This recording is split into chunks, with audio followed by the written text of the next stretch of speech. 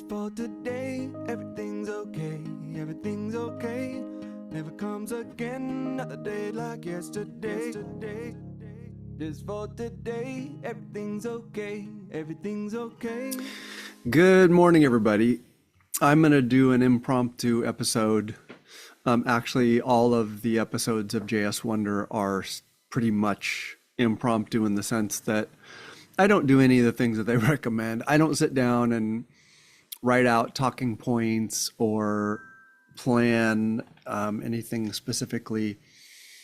But what I mean by impromptu, actually, which is not an accurate term, but what I mean is many of the subjects that I bring up, I've spent some months, sometimes years, sometimes decades thinking about that subject, and my thoughts slowly congeal and come together. And I have lots of examples in my head because I've sat there and made these arguments back and forth in my head about what's right and wrong and why I think what I think and what the evidence is for why I think that. And so oftentimes the episodes come off somewhat organized, at least sounding like I have an organized set of thoughts on it. And I'm not sure that that's what this one is, but I definitely have a strong instinct or sense about this one. And I think it expands out into other things than the original experience. So the original experience is around daycares, preschools, my own kids, parenting, watching other people parent kids, watching other people drop their kids off at preschool or whatever, listening to people agonize over whether or not to use daycares, having read up a bit and having heard some talks on childhood development and what's an appropriate challenge or appropriate environments for 0 to 2, 0 to 3, etc. But I can tell you that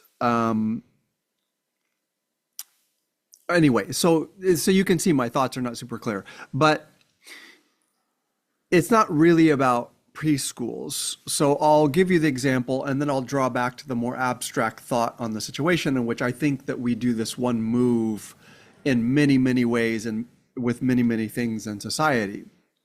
And that is, for example, with my son, who has always been a bit more accepting and than my daughter. My daughter feels a lot more motivated to be involved. So when we took her to preschool, we were a lot more neurotic as parents, a lot more anxious. But in a way, we didn't really notice as much distress. And I think it's partially because we had been tougher as parents, meaning pushier about what we thought was supposed to happen and what she was supposed to do. We were less attuned. And I think maybe she had adjusted to just like, if they're making me do this, then this is what I do. But I assume that maybe it was tougher for her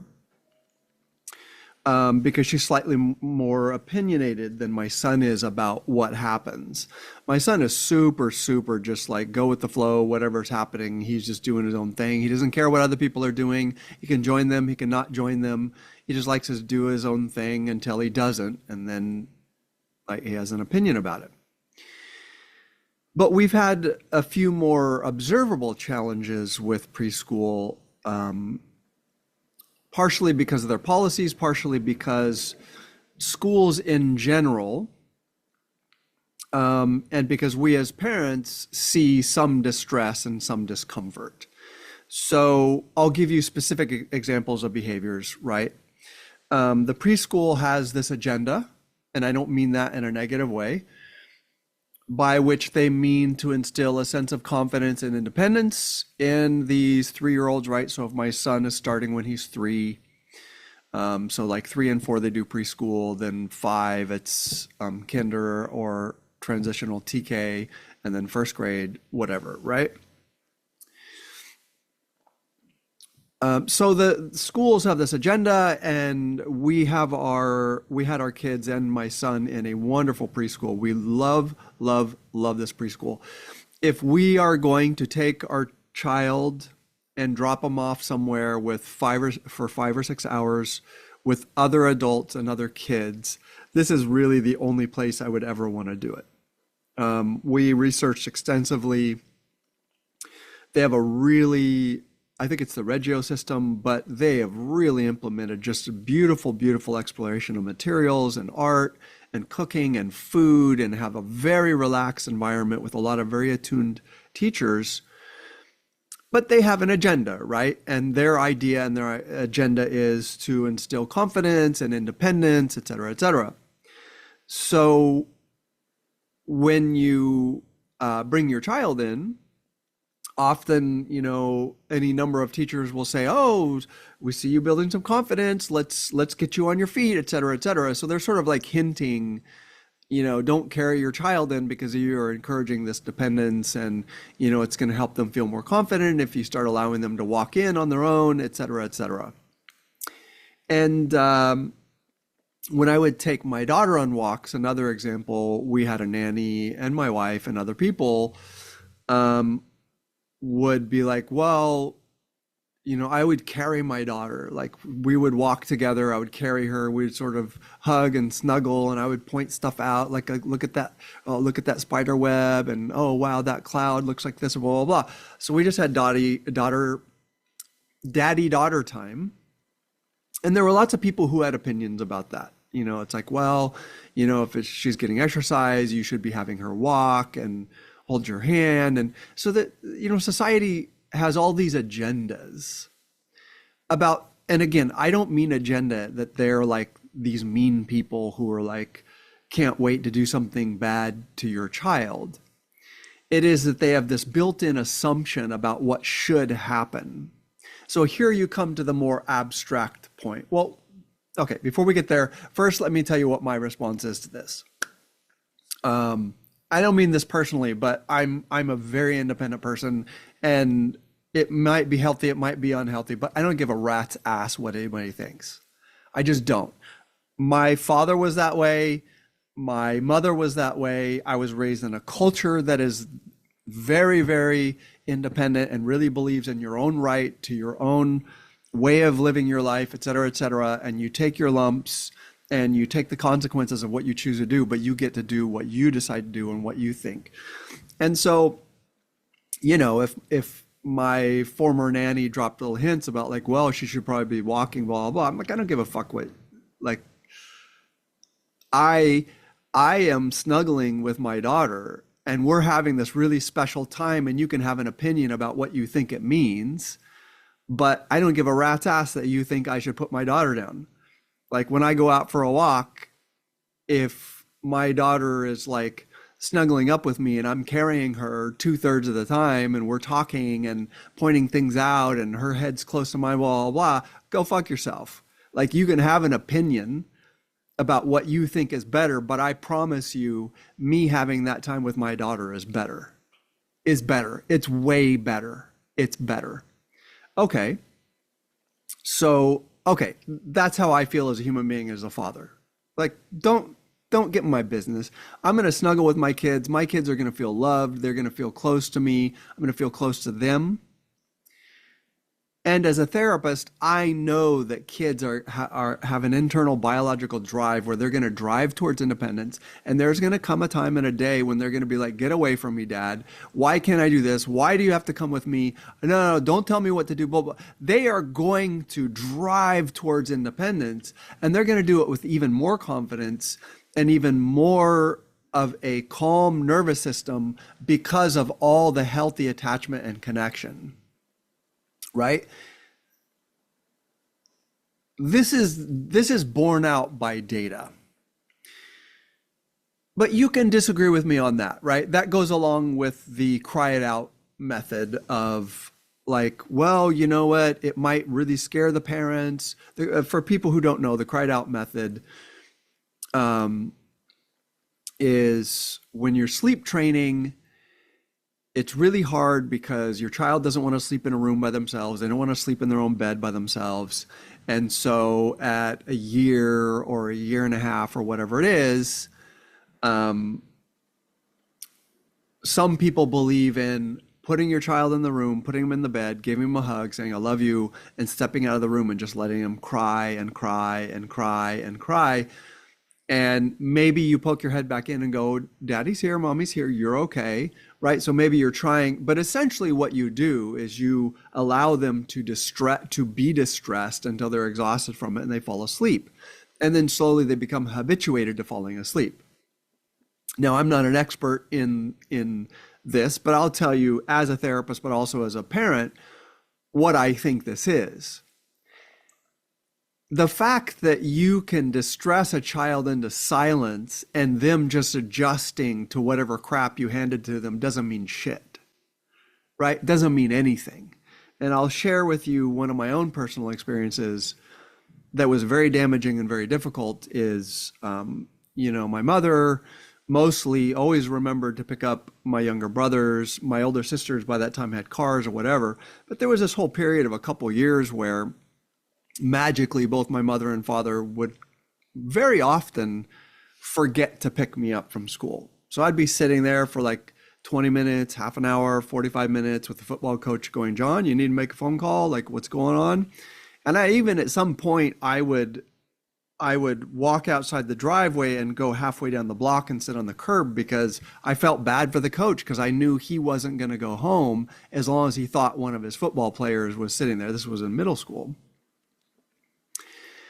And my parents, at that time, not having great skills and being unhealthy parents and whatever, like you can call it whatever. I'm not interested in beating up on them. I'm just stating as a fact that happened quite often, would figure out, oh, well, you didn't pick him up? Well, I didn't pick him up. And then they would sit here and have this argument. Well, I thought you were supposed to pick him up, blah, blah, blah.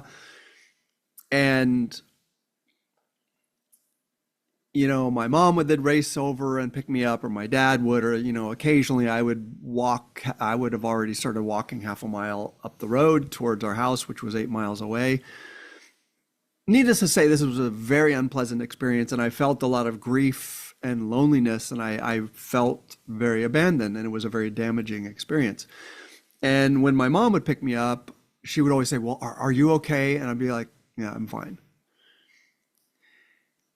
Because there were first of all, they were arguing about it in front of me about whose responsibility it was. So there was the additional hurt of like if you guys should probably have that conversation by yourselves, not in front of me, making it appear that you're just irritated that somebody had to pick me up. So that was very damaging and pretty cruel. It was not intentionally cruel, but it was like, this is really, really poor parenting. Really negligent parenting. But here's the point of that experience. At that point, what are you when you go into middle school? This was 7th grade when I started playing football. You're what, 12 years old? No, maybe you're 11. I don't know, whatever. You're 11 or 12 years old. I wasn't going to have a conversation. This is who they were. This is who they had been. If you really impose your will on children and traumatize them or hurt them or scare them or leave, very often children will just shut up and suffer, right? This is something that really irritates me about society in general and people who didn't go through these experiences, because they're always like, well, why didn't you tell somebody? Well, you tell somebody because you were raised with parents that you could tell.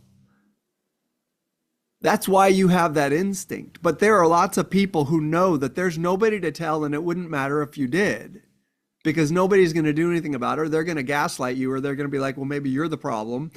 That sort of stuff happens, right? So go back to the example of sleep training.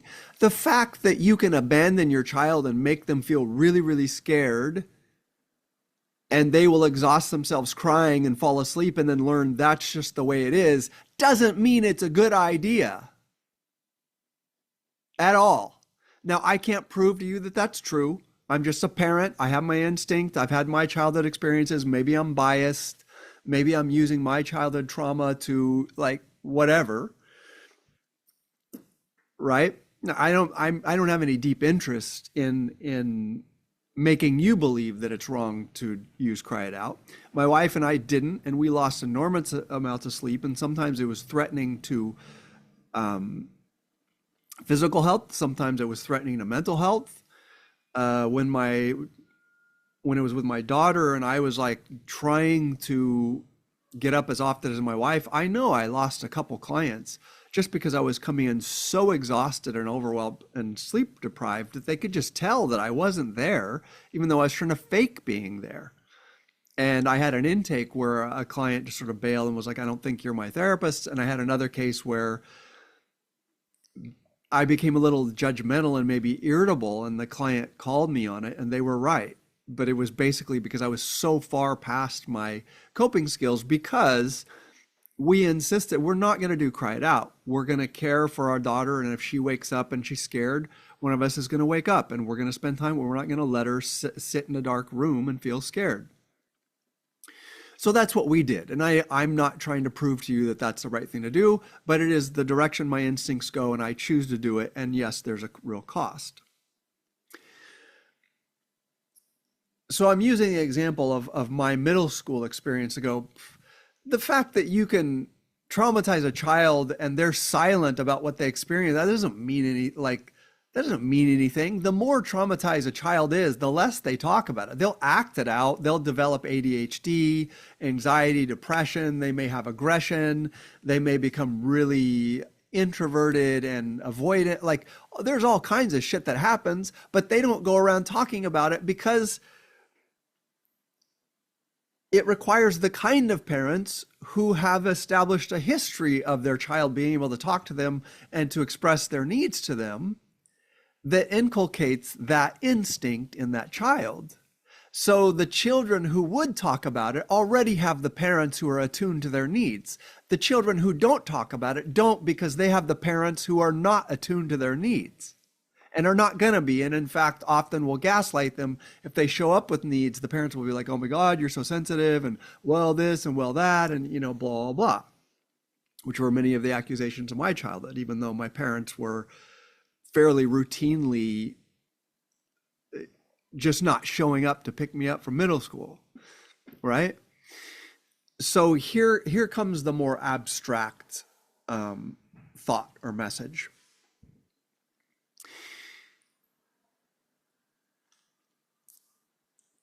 Many, many times society will develop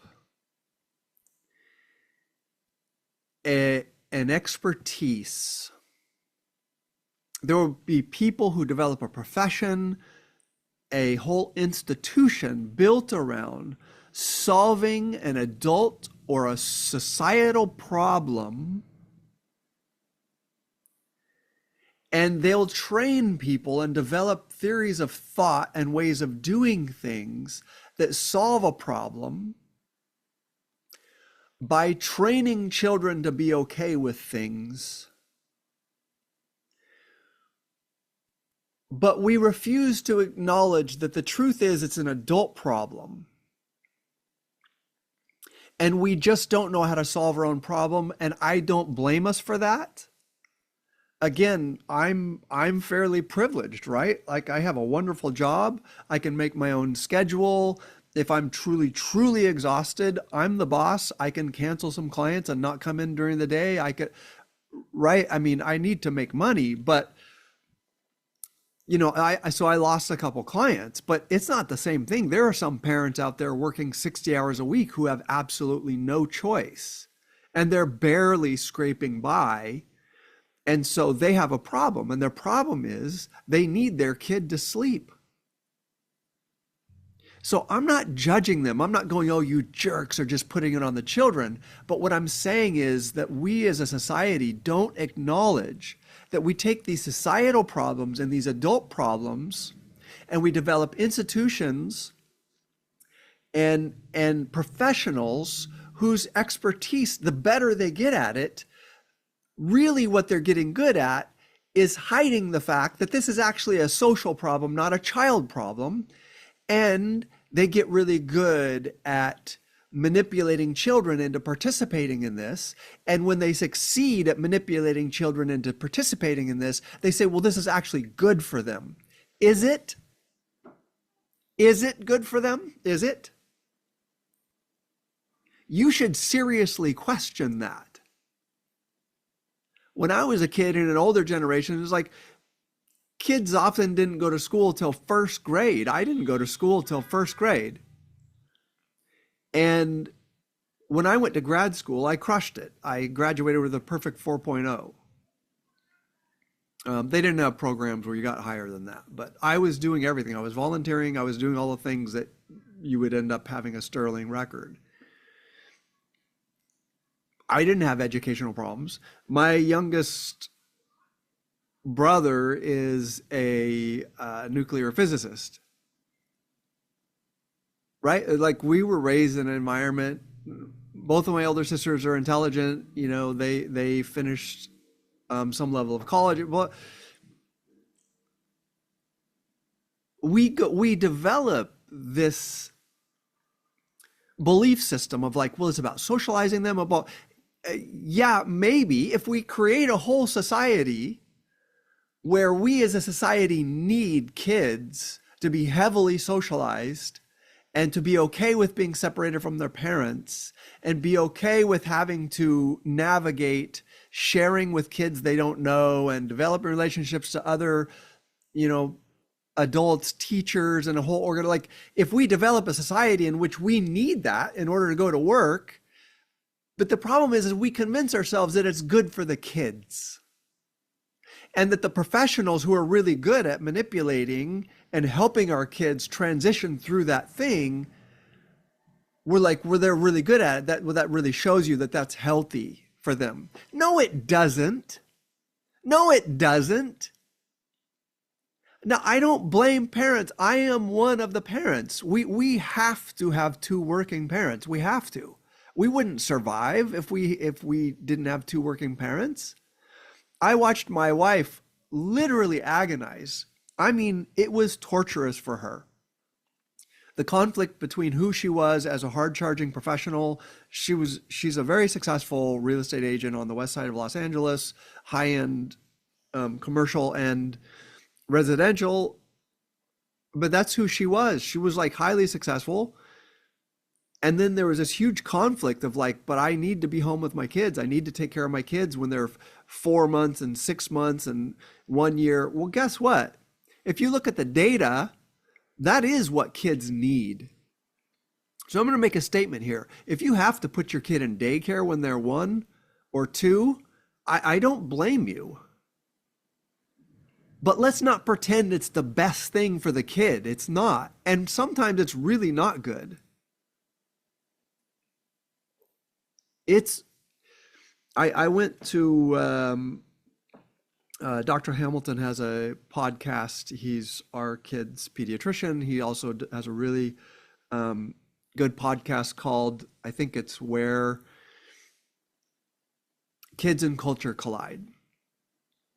And it's very positive. I highly recommend it.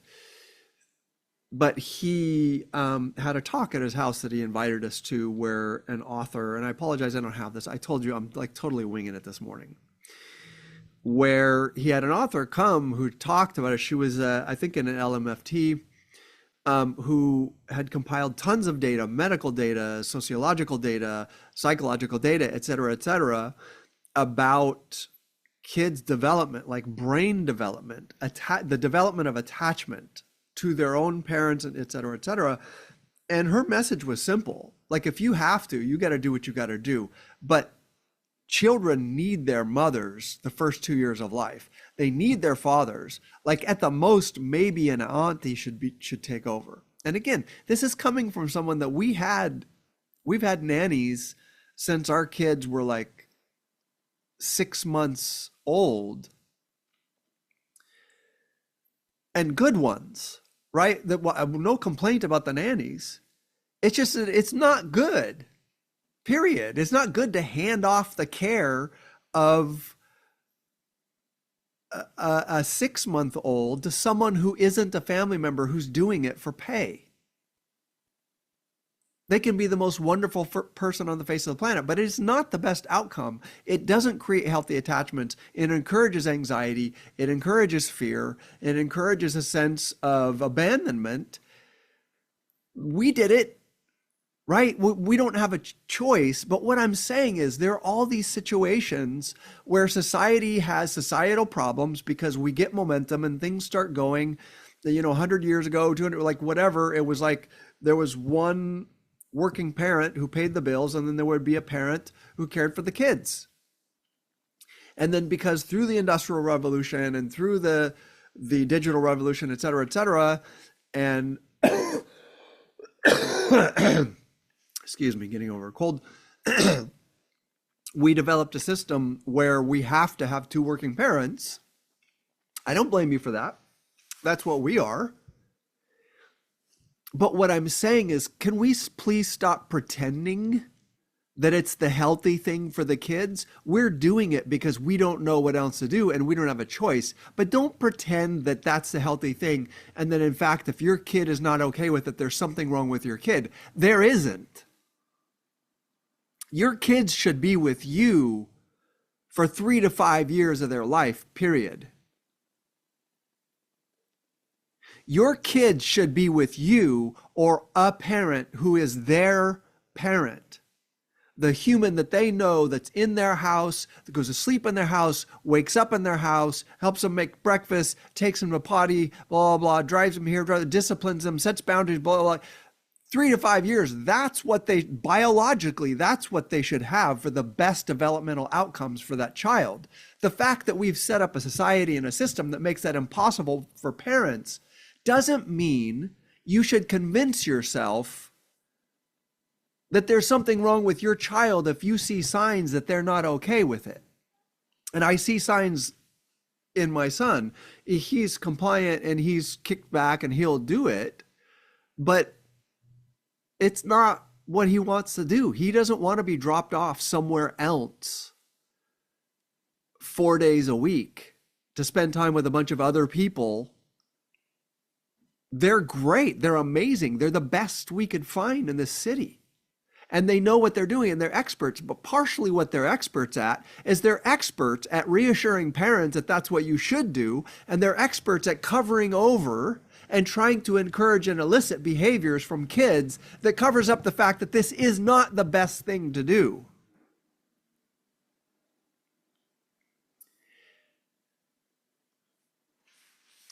I'm going to pull in another episode that I did, something like, oh my God, my brain is so fuzzy. I've been like really sick for 10 days and my brain is just mush. But it's something to do with the stubborn human propensity to take complex problems or just any problem, maybe it's not even complex, and we will decide that the cause or the interaction, the factor in that situation, that A, that we understand, and B, that we can control, must be the cause of the outcomes, because we don't want to believe that it's something that we can't control. And we don't want to believe that it's something that we don't even understand. But really think about how narcissistic and silly that is. There's a complex problem. There's a possible any number of causes, one or two, which we may not even be aware of, those causes. But we're like, well, the thing that we can control has to be the cause. Because then I can either pay somebody to control it or I can control it, right? This is why kids get used so many times to solve societal problems and parental problems and adult problems, because we can control kids and we can impose our will. And again, I'm not judging you. I am one of you. I am taking my kids to preschool. What else am I going to do? My wife needs to work. She needs to work. It's not an option. We're a 2-income household. I have to work. There isn't another way around it. I am going to continue to drop my son off even though I see signs of distress. Not serious distress, but it's not optimal. It's not really what he wants to do. He's not excited about it. And developmental physiology and psychology and a lot of the data tells you that's not what the human animal was bred to do. That's not the best thing to do. Kids are still going through neural pruning from 0 to 2. They're still building their brain. They need to be building in this very constant, very consistent experience of their parents. Period. And it wears their parents out, especially modern parents. We have to work. We have to do this. We have to do that. We have to call insurance. We have to call the bank. We have to, blah, blah, blah. Like there's barely any room to be human. And then when you try to do something human, like, oh, I want to spend half a day with my buddy, you're doing it at the expense of your child because you're already dropping off a preschool and blah. Yeah, I get it. I get it. I'm also it. What I'm asking is that we stop pretending. We stop lying to ourselves that it is a good thing and that there's something wrong with our child if they're not comfortable with it because it solves my problem. It solves society's problem. It solves my money problem. Like those are adult problems. That's my problem. And if I don't know how to solve it and the only thing I can do is do something that isn't optimal for my son, then I feel sad for me and I feel sad for all of you. I've mentioned quite a few times I used to observe at elementary schools. And there was one elementary school, I'm not going to name it because I have a responsibility to confidentiality as the data collector. Back then, this is like 15 years ago. But the school was doing an amazing job. They had like parents could drop their kids off at like 5:45. It was nuts, like how early they could drop them off. The principal had worked his ass off to get extra funds and like to provide breakfast for kids who weren't able to have breakfast at home. And then they would have the normal school day, which is like 2:30 or something, 3. And then they would have an after school, and then they would have a period after that school. So you would have like a 3 to 4:30, a 3 to 5, where they would actually have some kind of academic thing or a cooking thing or like whatever. And then they would even have an hour after that. Why? That's not healthy for a 6 or 7-year-old. Well, they weren't doing it because they were bad people. That school was doing an amazing job. They were doing it because they were in a community of primarily new immigrants from countries where the immigrants were highly financially distressed and often did not have much education of their own, and they were coming into this country and taking jobs that in order to live and sustain their family in a place like Los Angeles, both parents are working, often working 12 hours a day, 6 days a week, and one of the parents might work 7 days a week. There was no option. School became the babysitter for the kids. Okay, I have deep respect for that school and that principal and those teachers. I mean, they were doing an amazing job to do everything they could to take care of those kids. Does that mean that that's good for those kids? It's not. It's not good for those kids. That is not the best outcome. And there will be kids who have, there will be a minority of kids who have a certain type of personality that do okay with that. But there will be lots of kids that are heavily damaged by that experience. Do I think that those are abusive, negligent parents? No. Those parents were doing what they had to do. Whatever they immigrated from was way worse than they were experiencing here. They're often immigrating from places where their lives are in danger, or their kids' lives are in danger, or if they have a daughter, by the time their daughter's 12, someone might be pressing her into prostitution, like whatever. They're escaping horrible shit and they're coming here and they're doing what they have to do to build a better life. I respect them. My complaint is that we as human beings are so juvenile. We have such a hard time integrating and internalizing the many, many, many, many ways in which we're not solving problems. I mean, we are solving problems, but we're solving societal or adult problems. And that comes at significant cost to children. but we will convince ourselves that that really is a healthy thing. Like it's important for a 3-year-old to develop independence. No, it's not. No, it's not. A 3-year-old is barely done with neural pruning. You know, when a baby is born,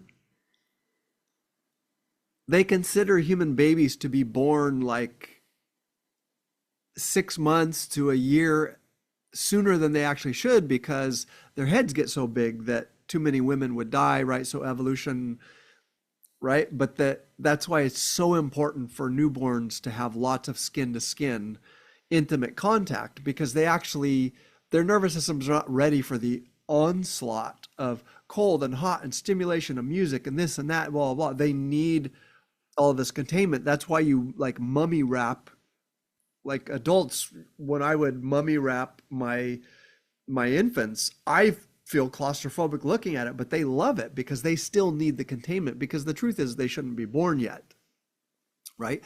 Their brains are still going through very vulnerable building of new neurons and new networks. And then they go through neural pruning, where their brain starts killing off neural connections that are not being used and strengthening neural connections that are used. So it's refining and creating a more elegant brain system.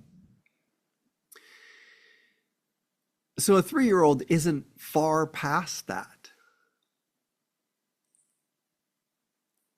Am I mad at the teachers at that? No.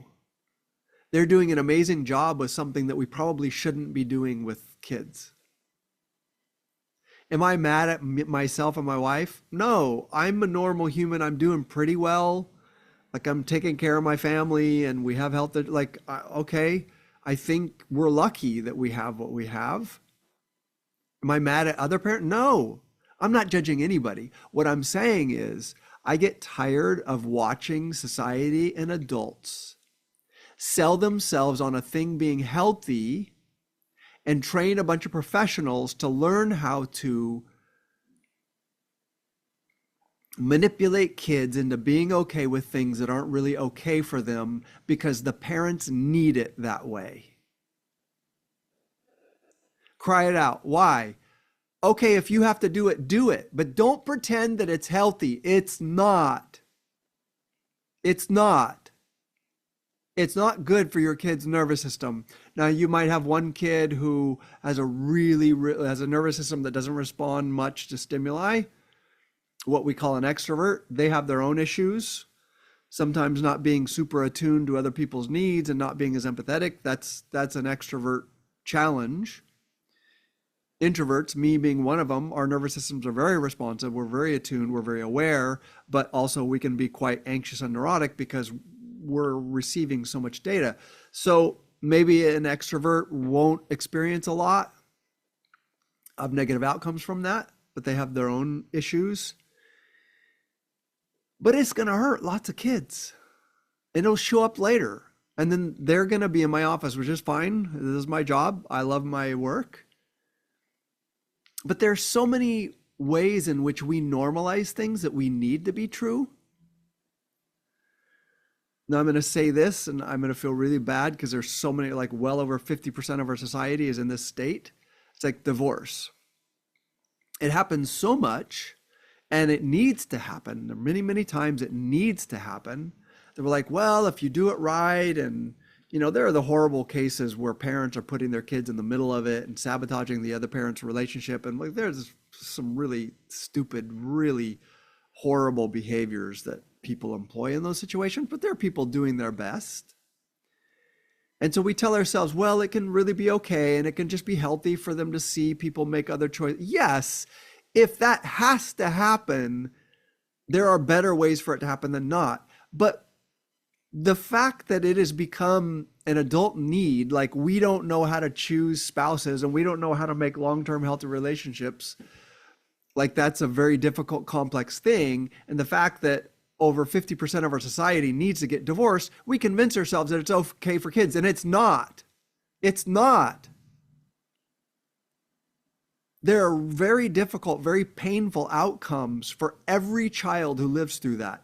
Every single one. I'll give you another example where people do something wonderful from, right? But we think because it's with good intentions and because we don't have any other choice, we just assume that there should be no problems. This is with adoption. That's what, like, the number of kids who desperately need adults who will be their parents and love them. That's a beautiful thing. I'm not criticizing adoption. But you can be adopted into the most amazing family with just beautiful, wonderful parents. But the fact that for the first 9 months of your existence, you had a certain smell and a certain feel and a certain connection, and then you popped out and you yearned for that because that was going to be the thing that tells you you're safe. But instead of getting that, you were immediately handed off to a stranger. Let's say you go to an agency, and then it doesn't matter how kind they are, you're adapting to, like, wait, where was that smell? Where was that thing? It's a biological imperative that you seek the smell and the biological state of your biological parent. That we can't do anything about that. I'm not criticizing adoptive parents or agencies or whatever, but we have to stop pretending that these things don't have negative outcomes just because it is the best thing given the circumstance. And what people want to do is they go, well, it's the best thing given the circumstance. So then they want to pretend that there won't be any issues to deal with. And in fact, they'll gaslight and punish the people who are honest about the fact that there are issues to be dealt with, right? So in many cases, no matter what the adoptive parents are like, there are attachment issues.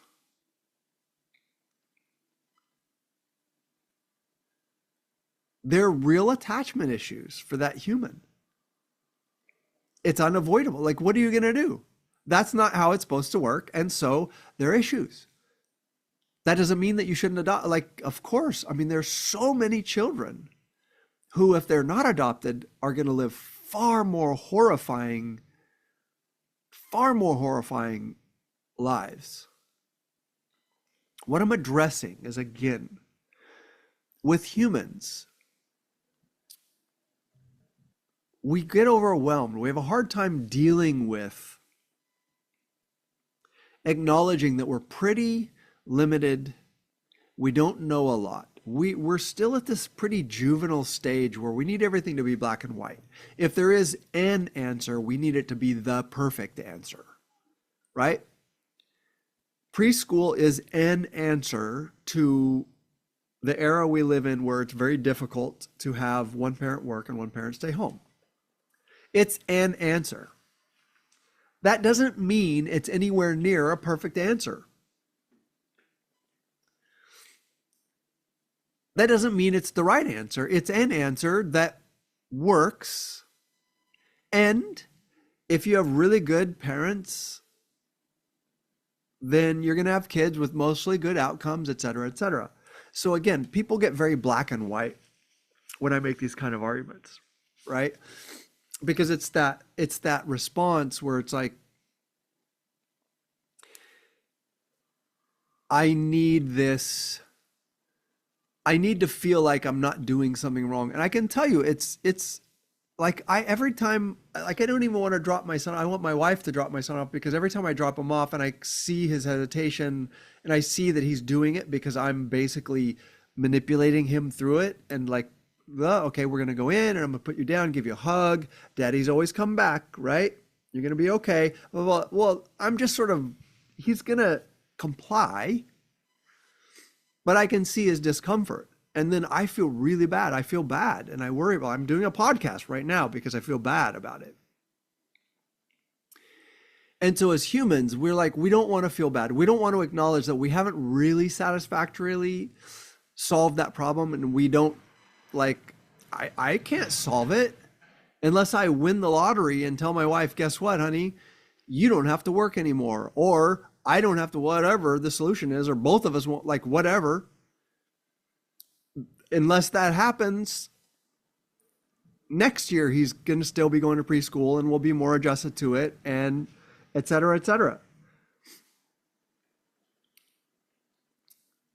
When you outline complex challenges like this, people are always like, Oh, so what are we supposed to do? Are you just going to sit there and complain about it? Well, life is pretty hard, and well, like, what are you supposed to do? The reason they say on the surface of it, that's a legitimate question, but they're not asking it in a legitimate way. They're asking it because what they really mean is, shut up. I don't want to feel uncomfortable. And I'm like, no, feel uncomfortable, because society is so like juvenile about this stuff that we're like, I want to believe that it's a perfect solution. But when you want to believe that, what you do is you abandon your child to their experience and the possibility that they can share how they feel. And if you do a lot of that, you do a lot of damage. Right? Let's go back to the middle school example where my parents would forget or miss what the hell ever. Like, it happened a lot. So whatever was happening, it was clear neither one of them had a real intention to ensure that it didn't. They weren't going, you know what, screw my spouse. She's a jackass. He's a jackass. I'm going to make sure that doesn't happen. That never happened. Like, it continued to happen until there were other solutions in place. One of them, which was that they allowed me to start driving way younger than legal age, which I didn't mind. That doesn't bother me. But what if they had just come to me and said, we're really sorry this keeps happening. We know that you probably feel pretty sad and pretty lonely and feel like we don't love you. We do love you. We don't know how to solve this problem. And it just set up some kind of solution. Like, it's probably still going to happen, but this is what we're going to do. Or I'm going to give you a big hug and spend a little extra time, like something, anything, where I understood that it's like, oh, I'm not alone with this thing. Where my only job in the situation is to reassure my parents that it's okay that they do this over and over, right? If there had been any acknowledgement of how painful and difficult that was for me, that would have been an enormous amount of repair. And I would have felt, I liked being responsible and being part of the solution. And when my mom would tell me, hey, after school, I want you to walk over, we're not going to be able to pick you up. So walk over to your brother's elementary school so that they know somebody's there. It's like, I enjoyed that because then I know my brothers are not going to feel that way, right? They're not going to have that experience. So I was happy to do that. Just bringing me in on that sort of healed, even though it was not really attending to my needs, getting a chance to attend to my brother's needs felt much, much better. So the message is, so let's bring it to more positive message where people are like, well, yeah, just complaining. Like, what are you supposed to do? What are people going to do? Like, yeah. You want to shut down the conversation. That's what JS Wonders is for. I'm here having the conversation and I get to say it. But here's the positive outcome. And I'm saying this as a therapist. Even when children are being hurt or things are being done that are not optimal for them, if they know that someone sees them and understands it and can tell them, I know that this isn't the best thing and you don't want this, and I'm sorry that mommy and daddy have to do this. We have to do this for this reason. And if you try to mitigate the damage and share the experience with them and let them know that they're seen and heard, that eliminates like 80%, 90% of the damage of the experience. That eliminates 80 to 90% of the psychological, emotional damage of the experience. Unless it's something really horrific, unless it's a parent who's like, I know your uncle rapes you, but we don't want to, offend him, so we're going to let him keep. Okay, I'm not talking about something really sick and really extreme like that. I'm talking about parents doing their very best to provide for their kids, and that means that we fail many, many, many, many times to meet what kids' needs are. Because society isn't here for kids. Like, it's built just to continue running itself and to generate food and money and experiences and market. Like, society doesn't, as a mechanism, doesn't give a shit about kids and what's healthy for them. So the reason you don't want to lie to yourself about this, you don't want to do that move where it's like, well, the teachers reassured me that this is really healthy and we're building it, but no, shut up. I send my kids to a preschool with highly trained professionals who are passionate about this being the healthiest experience possible. And there are things where it's more than just mitigating the damage about the fact that I drop off my kid, right? It's not only about that. They do a lot of things that are so healthy and so wonderful, right? But what I'm saying is, as parents and as adults who have the responsibility of caring for children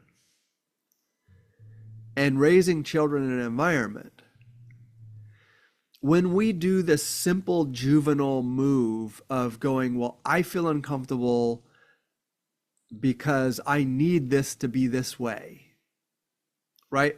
I need to drop my kid off at soccer practice every day because I don't get off work till blah, blah, blah. And maybe soccer isn't really what's good for that kid. And maybe the coach isn't the greatest. And maybe that kid's really having a kind of a miserable experience for 2 years. Maybe you need to do that. Maybe you need to. Maybe you have no options. Maybe you're a single parent and you don't even have time to try to find a different club, nothing. You're literally holding on, you're white knuckling every day, hour by hour. I know that you exist out there. I know that that's real, and I know there's nothing you can do about it. I'm not criticizing or judging you. What I'm saying is your child would suffer way less emotional and psychological damage if you were honest and just shared the experience and said, Dad or Mom, I know that this isn't really that much fun, and I'm so sorry that you're having to go through this.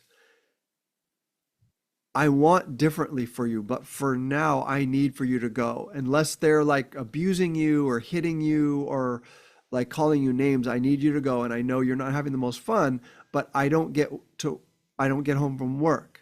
And I need that work for us to have food and for us to pay rent and for me to buy clothes. And that's not your responsibility. That's my responsibility. But I want you to understand, I know that you're going through a difficult experience and I'm sorry that I can't change it.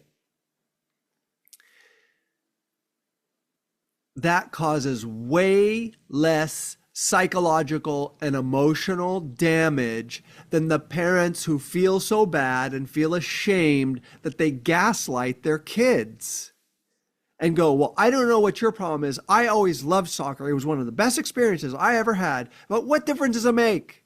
That was your personality and your life. Maybe your kid hates soccer and it's not what they should do. I loved music. I could play guitar every day, blah, blah, blah. That was my thing. You can have a kid who would hate that. They would end up getting depressed because they're forced to go to music class after school every single day for like 3 years in a row, and they hate every minute of it. And they don't understand why. And it's just because, well, it was good for me. But that's some narcissistic bullshit. Your child has a personality, right? So don't gaslight your child and be like, well, it was good for me, so it has to be good for you. Or it solves my problem, or it solves a societal problem, so it has to be good for you. And if you express to me that you're not enjoying it and that it's really hard for you and that you don't like it, I'm just going to gaslight you and I'm going to call you too sensitive, or I'm going to say you need to learn discipline, you need to learn to follow through on things, blah, blah. This is just self-serving bullshit. Okay? Let's put another piece into the situation. Another response people have to this or resistance is like, sometimes you have to push kids. Like sometimes it's healthy, right? I need to teach my kids to swim. That's important. That's healthy. You don't want a kid who doesn't know how to swim. You don't. You need them to be able to rescue themselves reasonably. And maybe your child really doesn't want to. Well, you might push them to take swimming lessons for a year.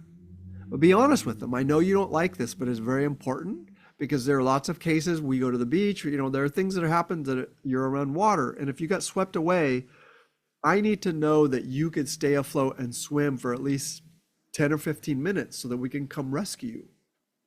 Because if we don't do that and you can't swim, you would die. I don't want you to die. So I know you're having a difficult experience, but I need you to do this.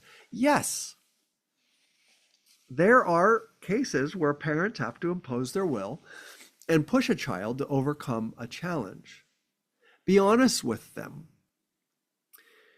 There are cases where kids will bail on everything, right? Parents had poor boundaries and they sent the message to the kid, whatever feels good. You want chocolate, eat chocolate. You don't feel like going to school, you don't have to go to school. Look, again, last week my son was a little distressed and was crying and was like, I don't want to go to preschool. And his mom called me, we discussed it and said, you know what? Give him a day off. Don't go to preschool, that's okay. And then today when he went with me, he was really happy and talking about it. And we had a great conversation, had fun all the way there. And then once we got there, he was like, Dad, I don't want to go to preschool. Not today, no preschool today. I imposed my will and I took him to preschool because I'm balancing that. Oh, now he's had that experience of like, oh, if I express emotional distress, I cannot go to preschool. But if we enable that and entitle that over and over and over, what you're teaching the child is avoid emotional distress or things that are uncomfortable at all costs and only seek comfort. Well, that's really unhealthy too, right? So there's a balance. I'm not saying you shouldn't have boundaries with your kids. I'm not saying you should never push your kids to do difficult things. They need to do difficult things and they need to learn that they can do difficult things and that they can overcome those things and feel more confident and feel like they're healthy and they're strong and they're independent. All those things they should do. What I'm saying is be very careful when behind all of it is a societal problem or an adult problem that we don't acknowledge. And then we set up an institution and a bunch of professionals who get paid to solve that problem and also to convince you that you're doing the right thing. Just be honest with yourself. No, we're solving a societal problem. Cry it out. We didn't. It was really hard, it was really, really hard. And we were lucky that we both have the kinds of jobs that we could kind of pull that off. And there are people who have the kind of job that they can't. I don't judge you. I don't have an opinion about you. Don't lie to yourself. And don't let paid professionals lie to you and tell you that that's the healthiest thing, because it's not. It's obvious that it's not. Letting your kids scream and cry for 2 hours in a dark room by themselves is not fucking healthy.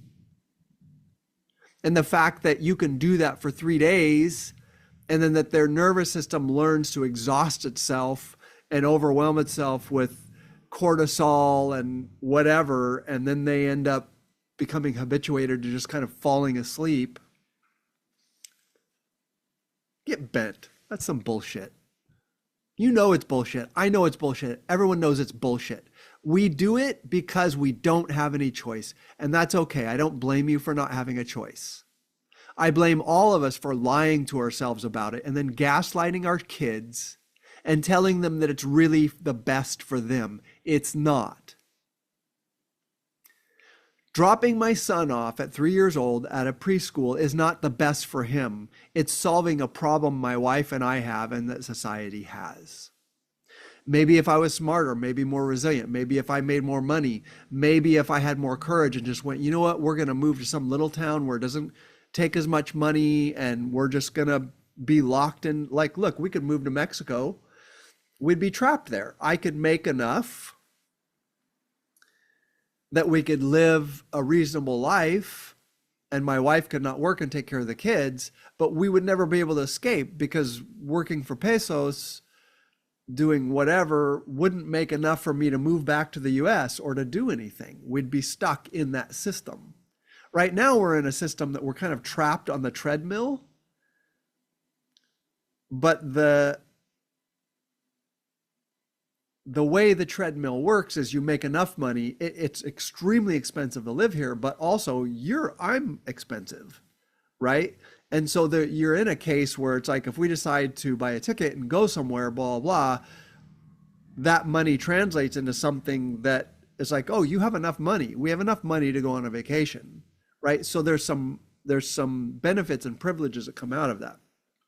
So maybe I don't have the courage to move somewhere and to solve that problem. Maybe I could buy some small ranch in Idaho or Montana or something and develop a small project. Like maybe I haven't even looked. Okay, that's me. I'm fallible, maybe like whatever. I'm not judging anyone. What I'm saying is, can we please stop lying to ourselves when we're solving an adult and societal problem? Stop telling yourself that you're really doing what's best for the kids. You're not. You're doing what's best for me and you and for society. If we can manage to do it with minimal damage to our kids, okay, you got to do what you got to do, but don't pretend that you're doing it for the kids. The healthiest thing for my kids would have been for them to have a parent who was home with them all day, took them to parks, to have lots of aunties and uncles around and grandparents that I'd be willing to expose them to, and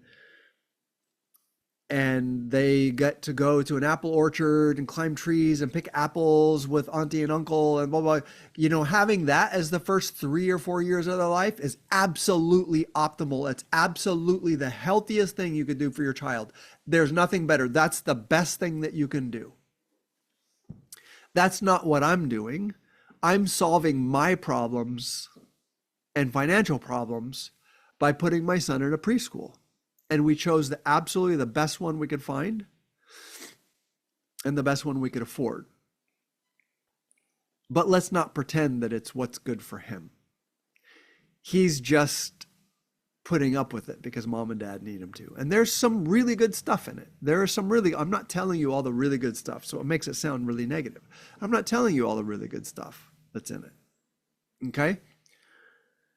I think you know, again, this was a bit more scattered because I haven't thought about it as much or allowed my thoughts to congeal. But let's come back to the abstract point. It's not about preschools. It's not about cry it out. It's not about any specific situation. It is that, like I said in the other podcast episode, humans have this stubborn insistence on taking complex problems or problems that there are a lot of unknowns, and we'll choose the one thing we understand and the one thing we can control, usually drugs, take a pill, or whatever, and we'll decide, well, that's the cause. That's the most significant cause. That's the solution. That's the thing we need. Okay, that's convenient for you. That makes you like, now you sleep better at night. But that's rarely true. It's rarely true that the simplest mechanism in your control is the most important or the most effective one, right? For my kids, the most effective mechanism would be for me to make a lot more money, or for us to move to a state where we could live on, 2 or 3 acres and have an orchard and have lots of family around and, blah, blah, blah. And that's not going to happen for personal reasons. That would be the most effective thing for my kids. But that is a complex lever and one in which I'm either not willing or not able to actually make happen. Pardon me, guys. So that's not one that I'm willing or able to make happen. So again, coming back to the abstract meaning, there are many, many, many, many cases. And to give you something actionable, so this is not just me complaining and talking about my childhood and my personal life. There are many cases you can't do anything about what your circumstance is. But I can tell you as a therapist that so much damage, even sometimes more than just being abusive or physically abusive, right? So much more damage happens to children when they live through unpleasant things or things that are not the best for them. And the adults, especially the parents around them, gaslight them and tell them there's something wrong with them because they're uncomfortable with what's happening. When they're telling the truth, this isn't the best thing for me. This isn't appropriate at my developmental stage. You can mitigate so much damage that society and adults inflict on children by being honest and owning. This is all mom and dad are able to do. We love you so much. We know that this is uncomfortable. We're going to try to find a different solution, but we need to do this for now. It mitigates so much of complex trauma, and really long-term difficult therapy comes not out of the intensity of the actual abuse, physical abuse, blah, blah. It comes because all the adults, including teachers, including parents, and especially the parents who inflicted the damage, will gaslight the shit out of kids and tell them that if they had negative outcomes based on how they were treated, it's just because they're too sensitive or they didn't really understand or blah, blah, blah.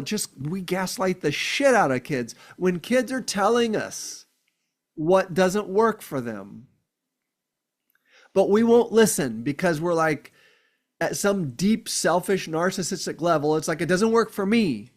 Okay, so admit that it doesn't work. Admit that I'm limited. I'm limited.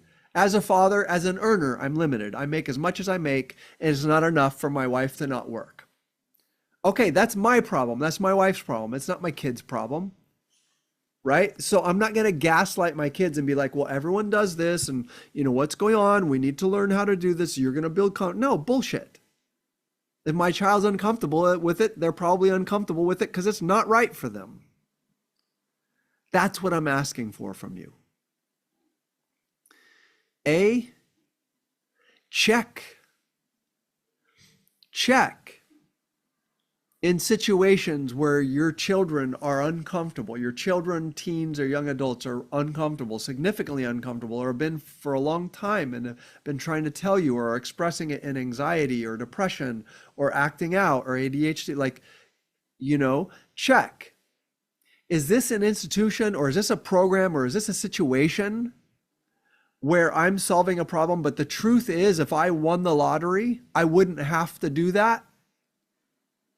And if that's true, what I'm really doing is I'm solving my own financial and time problems, but pretending that I'm doing it for the benefit of socializing my children and teaching them independence. Bullshit. You're solving your problem. That's what I'm asking you to just evaluate the situation. Am I solving a societal problem, a parent problem, a financial problem, a time problem? On occasion, my kids fight in a way that's probably not good. It's a little negative and it's not getting resolved. And, and if I'm exhausted and I've been seeing clients all week, every once in a while, I'll let it go for 10 minutes.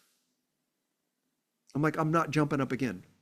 Do you think that I can sit there and tell myself some bullshit? Well, they need to learn to work it out and this is healthy for them. And like my dad used to run this noise. Well, it builds character because we as siblings were pretty abusive of one another when we handed down to our brothers and sisters what had been handed down to us. And that was his thing. Well, it builds character. Shut up. How self-serving is that? Just admit it. You have a parenting lack and you have no idea what to do because your parents didn't parent at all. Okay. It happens to a lot of people. Stop lying about it.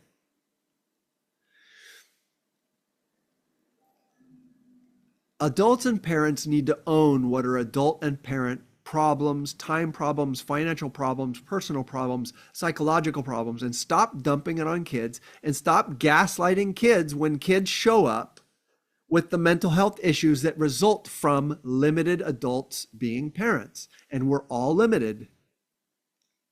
Me too. Everybody. It's okay. It's okay that you're limited. It's not okay that you blame it on your kid. I'm really repeating myself at this point because, again, I'm a bit scattered this morning. Look at situations where your children are distressed and have expressed distress for an extended period of time and go, would I need them to do this if I won the lottery?